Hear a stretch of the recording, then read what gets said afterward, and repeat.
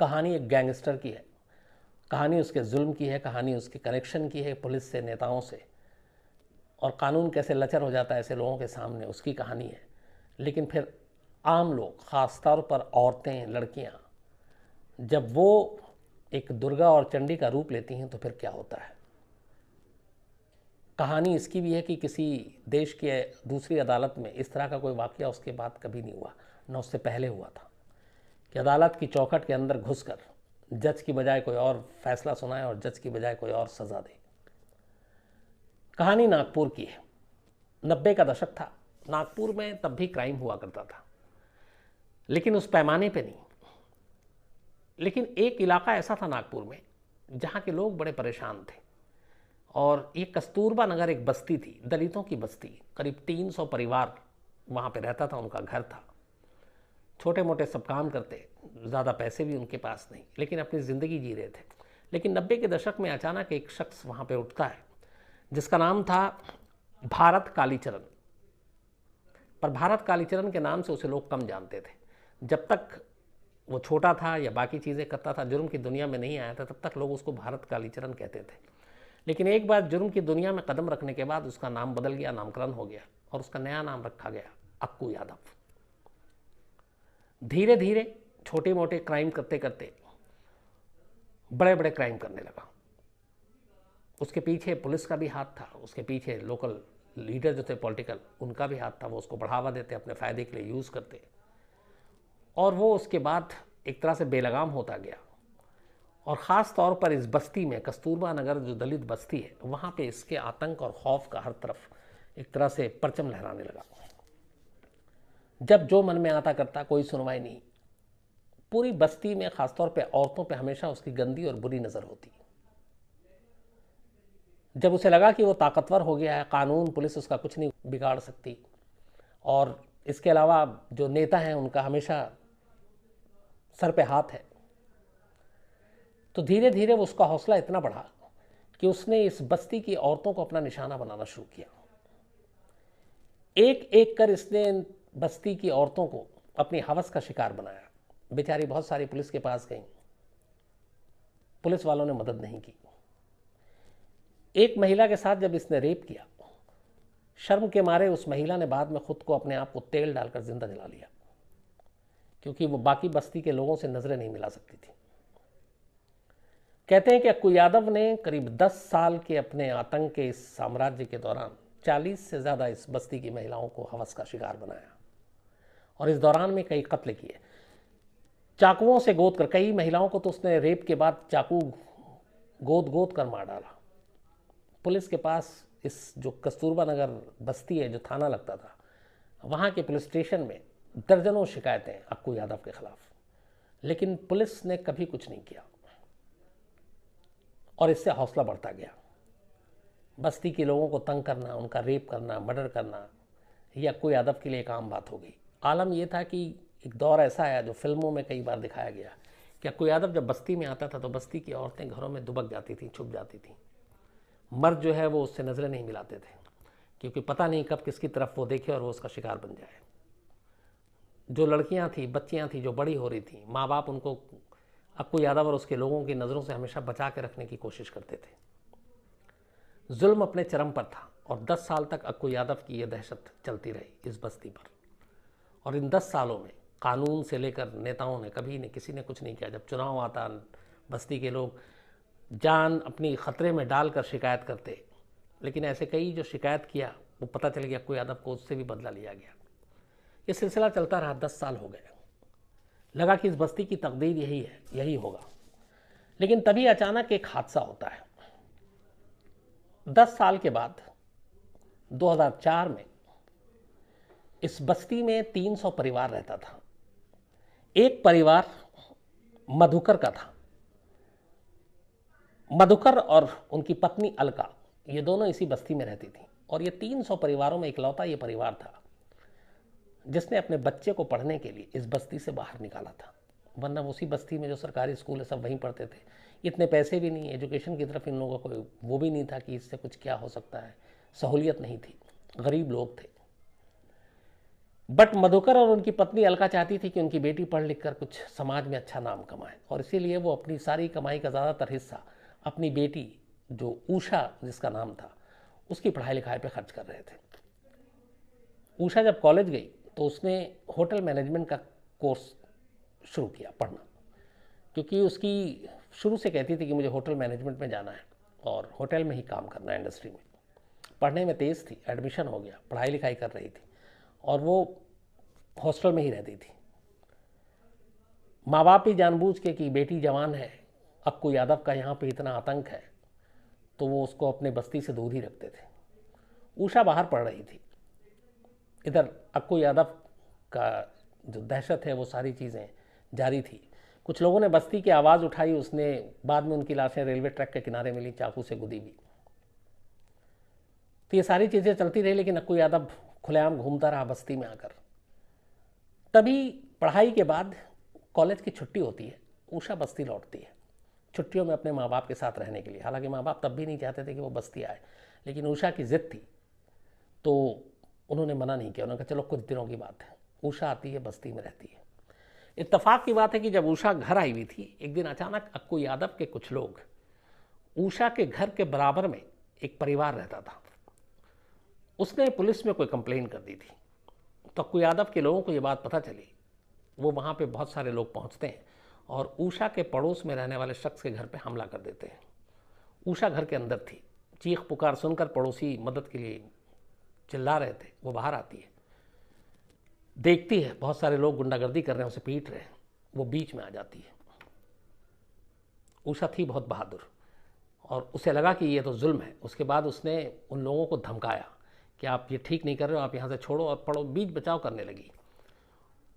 उन लोगों को गुस्सा आया। तब तक उषा वापस आती है घर में और पुलिस को कॉल कर देती है। इत्तेफाक से 100 नंबर पर कॉल करती है, पुलिस आ जाती है। पुलिस आती है तो अक्कू यादव के जो लोग थे वो डर जाते हैं और देख लेने की धमकी के साथ वहाँ से चले जाते हैं। उनके जाने के बाद अक्कू यादव को ये बात पता चलती है कि बस्ती की एक लड़की ने पुलिस को बुलाया, वो भी उनके लड़कों के सामने। अक्कू यादव करीब 50 लोगों को लेकर बस्ती में करीब कुछ घंटे बाद ही वापस आता है। उषा के घर के बाहर आकर खड़ा होता है। एक बोतल तेजाब से भरी हुई उस बोतल को उषा के घर के दरवाजे पे मारता है। उसके बाद घर के लोगों को बुलाता है गाली देकर। दरवाज़ा खुलता है, उषा के माँ बाप आते हैं, उषा बाहर आती है और वो उससे कहता है कि अगर तुमने आज के बाद कभी पुलिस को फ़ोन किया या हमारे मामले में बीच में आई तो तुम्हारा भी रेप कर देंगे और तुम्हारे माँ बाप को मार डालेंगे। इत्तेफाक से जब वो धमकी दिया तो उषा ने पलट के जवाब दिया। चूँकि वो एक पढ़ी लिखी पढ़ रही थी, उसे लगा था कि इस देश में ऐसा जंगल राज तो नहीं हो सकता, ऐसा कानून तो नहीं हो सकता। वो उसकी धमकी से डरने की बजाय उसने कहा कि तुम रुको, मैं अभी पुलिस को बुलाती हूँ।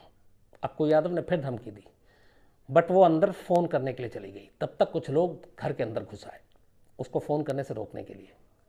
उषा तब भी नहीं रुकी। उसने घर के गैस के सिलेंडर का नॉब खोल दिया और माचिस हाथ में ले लिया और उसने कहा कि अगर तुम में से एक भी आगे आया या किसी ने मेरे माँ बाप या मुझे हाथ लगाया तो मैं माचिस की तीली जला दूंगा, सिलेंडर उड़ जाएगा और तुम सब मारे जाओगे, हमें भी मारे जाएंगे, हमें कोई अफसोस नहीं है। अक्कू यादव समेत सारे लोग घबरा गए। इस दौरान में इस भीड़ को देख के बाकी बस्ती के लोग भी अपने घरों से झाँक झाँक कर देख रहे थे और उषा लगातार हाथ में माचिस लिए हुए उनको धमका रही थी कि अगर हिम्मत है तो आगे बढ़ो, मैं सिलेंडर में आग लगाऊंगी, सिलेंडर उड़ जाएगा और तुम सारे मारे जाओगे। उषा की इस बहादुरी को देखते हुए अक्कू यादव की पहली बार हालत ख़राब होती है और वो अपने लोगों को साथ लेकर वहाँ से वापस चला जाता है। ये एक इंसिडेंट इस कस्तूरबा नगर बस्ती की तकदीर को पलट देता है। पहली बार 10 साल में बस्ती ने देखा कि अक्कू यादव इतने सारे लोगों को लेकर आया और एक लड़की ने एक ज़रा सी हिम्मत दिखाई और वो डर के चला गया कि कहीं सिलेंडर सचमुच में ना फट जाए और वो आग ना लगा दे, और वो सच में आग लगा देती।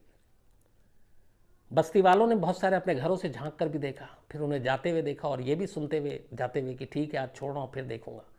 लेकिन उन्हें लगा कि अक्कू यादव भी डर सकता है, इसके लोग भी डर सकते हैं, और एक लड़की अगर डरा सकती है तो हम तो 300 परिवार हैं इस बस्ती में, हम क्यों नहीं डरा सकते। यहाँ से उन्हें एक हौसला मिला। इसके बाद वो सारे बस्ती वाले इकट्ठा होते हैं और कहते हैं कि हम इतने सालों से जुल्म सह रहे हैं, कब तक सहेंगे, और अब ये बहुत हो गया, अब को यादव का मुकाबला करना चाहिए।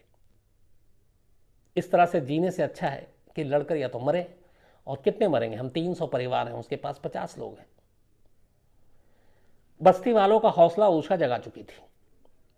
अब उन्होंने फैसला कर लिया था कि अक्कू यादव का फैसला करना है। अगले दिन ये सारे लोग इकट्ठा होते हैं। अक्कू यादव उस वक्त बस्ती में नहीं था, इन्हें मालूम नहीं थी ये बात। उन्हें लगा अक्कू यादव यहीं है, और अक्कू यादव के घर पे जाकर धावा बोल देते हैं, उसके घर को आग लगा देते हैं। उसके जो गुंडे वहाँ पे थे, चेले चपाटी, वो उन गांव वालों का गुस्सा देख के उनकी भी हालत ख़राब हो जाती है। जो जिसको मौका मिलता है वहाँ से बच के भागता है। कुछ लोग जो हाथ आते हैं उसको पीटते हैं गांव वाले, लेकिन वो भी अपनी जान बचा के भाग जाता है। अक्कू यादव का घर जला दिया गया, और भागते हुए अक्कू यादव के लोगों से कहा गांव वालों ने कि अगर अक्कू यादव दिख गया तो उसे हम लोग छोड़ेंगे नहीं। ये बात अक्कू यादव के कान तक पहुँचती है शाम को कि पूरा गाँव खिलाफ हो गया, और पहली बार ऐसा, और ऊषा का तेवर वो देख चुका था। अक्कू यादव डर जाता है, उसे लगता है गांव वाले शायद अब उसे ना छोड़ें, कुछ दिन के लिए ज़रूरी है कि शांति हो जाए, और उसे लगता है कि गांव वाले उसे ढूंढ के मारेंगे। तो गांव वालों के डर से अपनी जान बचाने के लिए अक्कू यादव खुद पुलिस स्टेशन पहुंच जाता है और जाके सरेंडर कर देता है।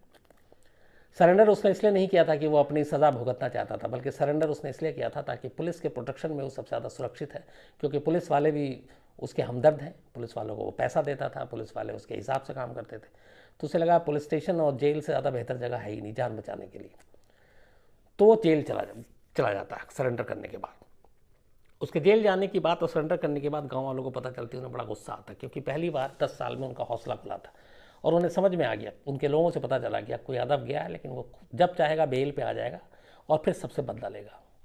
ये बात गाँव वालों के मन में थी, और उन्हें लगा कि ऐसा हो सकता है। तभी एक पेशी की तारीख आती है, और ये तारीख थी 13 अगस्त 2004, 13 अगस्त 2004। नागपुर की जिला कोर्ट में अक्कू यादव को पेश होना था, और गांव वालों तक ये खबर पहुंची वकीलों के जरिए कि शायद इस पेशी के दौरान अक्कू यादव को जमानत मिल जाए और वो रिहा हो जाएगा, और रिहा होने के बाद वो गांव वालों से बदला लेगा। ये बात 12 अगस्त 2004 की है, जब गांव वालों को इसकी पेशी की तारीख पता चली। अगले दिन 13 अगस्त को होनी है, दोपहर को होनी है, और ये भी पता चला कि कोर्ट नंबर 7 में अक्कू यादव को पेश किया जाएगा, जहाँ चूँकि पुलिस और बाकी सारे लोग मिले हुए हैं, कोई गवाह कभी था नहीं।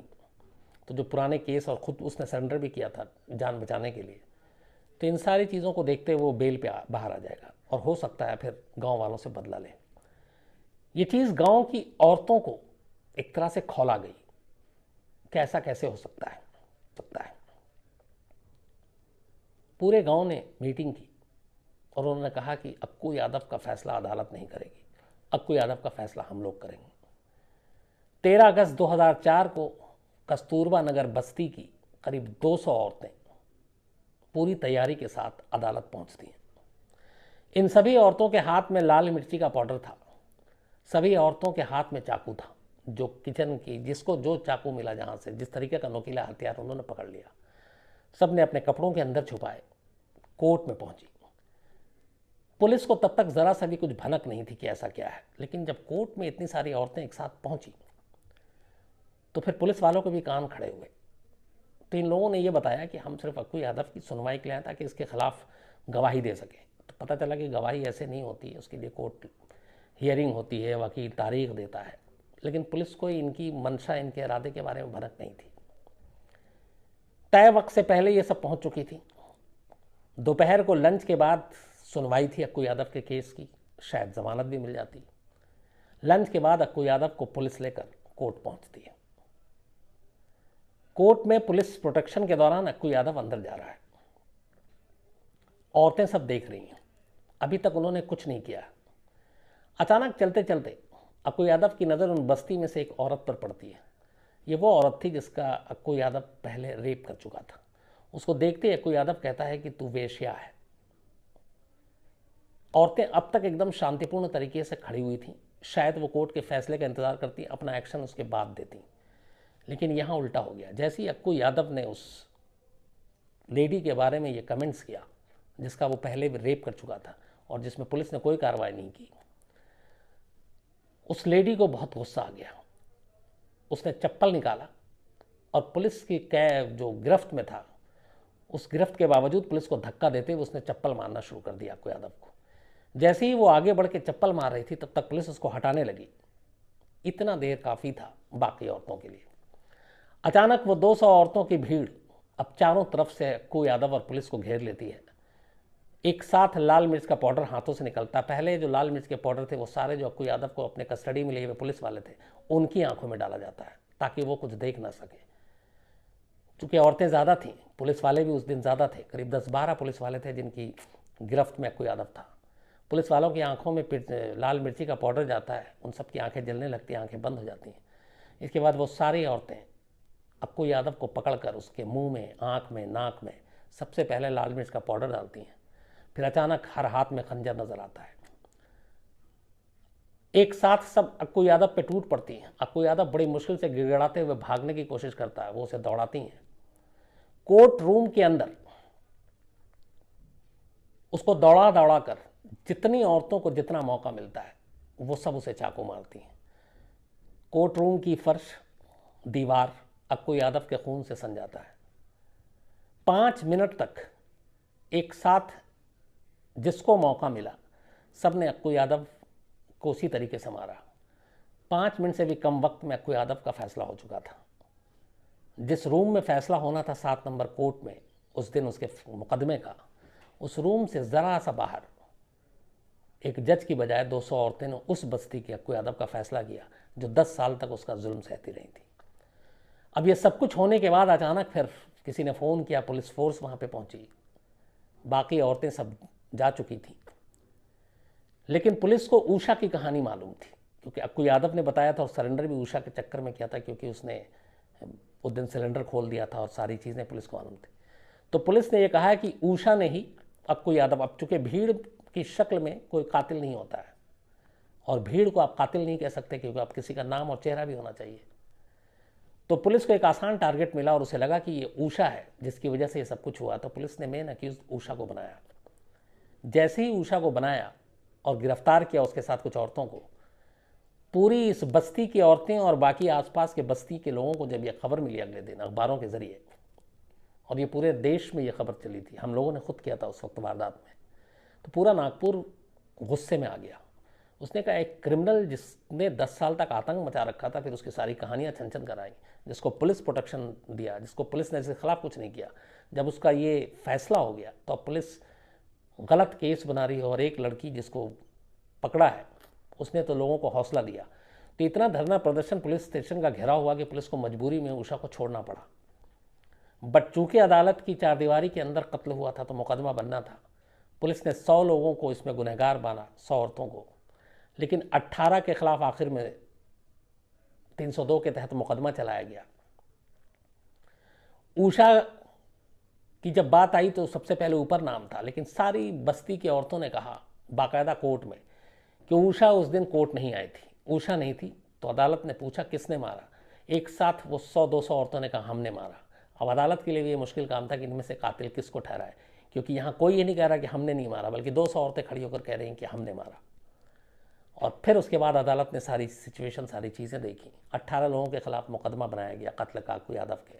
करीब 10 साल तक ये मुकदमा चला। 2014 में अदालत का फैसला आया, इन 18 की 18 औरतों को बरी कर दिया गया क्योंकि सबूत नहीं था, कोई सबूत आया नहीं। पुलिस ने तमाम कोशिश कर ली, ख़ास तौर पे उषा को घेरने की, लेकिन कोई सबूत नहीं मिला। पूरी बस्ती एकजुट, शहर एकजुट और शहर के लोग एक साथ, और इन सारी चीज़ों को देखते हुए अदालत भी भावना समझ गई और सबूत के अभाव में इन तमाम लोगों को बरी कर दिया गया।